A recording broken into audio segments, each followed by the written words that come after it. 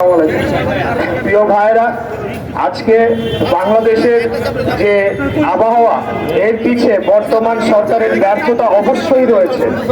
আপনারা জানেন যে অপরিকল্পিত উন্নয়ন, বিভিন্ন জলাশয় ভরাট, বায়ু দূষণ, আবহাওয়া দূষণ নিয়ন্ত্রণে ব্যর্থতা এবং আপনারা জানেন যে ফারাক্কা বাঁধে নির্মাণের ফলে বাংলাদেশের নদীগুলায় পানি প্রবাহ কমে যাওয়া এবং বাংলাদেশের বিভিন্ন নদীর মধ্যে এখন মরুভূমির মতো বিভিন্ন চর জেগে ওঠা, এই সকল কারণের জন্যেই আজকে বাংলাদেশের যে আবহাওয়া এবং পরিস্থিতি সেটি অত্যন্ত ভয়াবহ পর্যায়ে চলে গিয়েছে।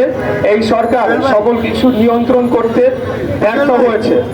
আপনারা জানেন যে ঢাকা শহরে যে এরকম একটা পরিস্থিতি, এরকম ঘনবসতিপূর্ণ একটা নগরী গড়ে তোলা হয়েছে, মানে বিল্ডিং কোড না মেনে সম্পূর্ণ অবৈধভাবে বিভিন্ন এলাকায় বহুতল ভবন নির্মিত হচ্ছে একদম সংকুচিত একটা জায়গার মধ্যে, যেটিও আমাদের এই আজকের তাপমাত্রা বেড়ে যাওয়ার অন্যতম একটি কারণ হিসেবে বিশেষজ্ঞরা চিহ্নিত করেছে।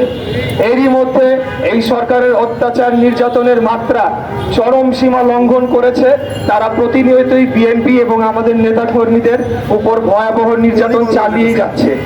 আসলে বাংলাদেশের কোনো কষ্ট দুর্দশা হলে তো এই যারা আওয়ামী লীগ সহ যারা এই এখন বর্তমান ক্ষমতায় রয়েছে তাদের তো কোনো কিছু যায় আসে না, তারা এসি রুমে বসে তারা ছড়ি ঘোরাচ্ছে, কিন্তু কষ্টে আছে বাংলাদেশের সাধারণ নাগরিক, সাধারণ জনগণ।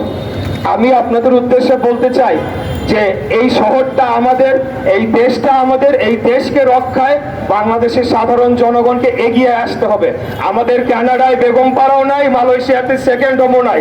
আমাদেরকে সরকার চাইলেও এই দেশ থেকে তারাই দিতে পারবে না। আমরা এই দেশে অবস্থান করে আগামী দিনে বাংলাদেশের গণতন্ত্রকে পুনরুদ্ধার করব, জনগণের অধিকার জনগণকে ফিরিয়ে দিব, বাংলাদেশের সার্বভৌমত্বকে রক্ষা করব এবং বাংলাদেশের অখণ্ডতাকে আমরা রক্ষা করব ইনশাআল্লাহ।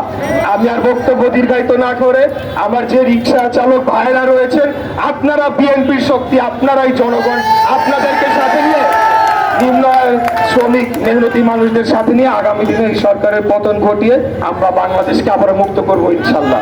আপনাদের সবাইকে ধন্যবাদ, সবাই ভালো থাকবেন। আসসালামু আলাইকুম।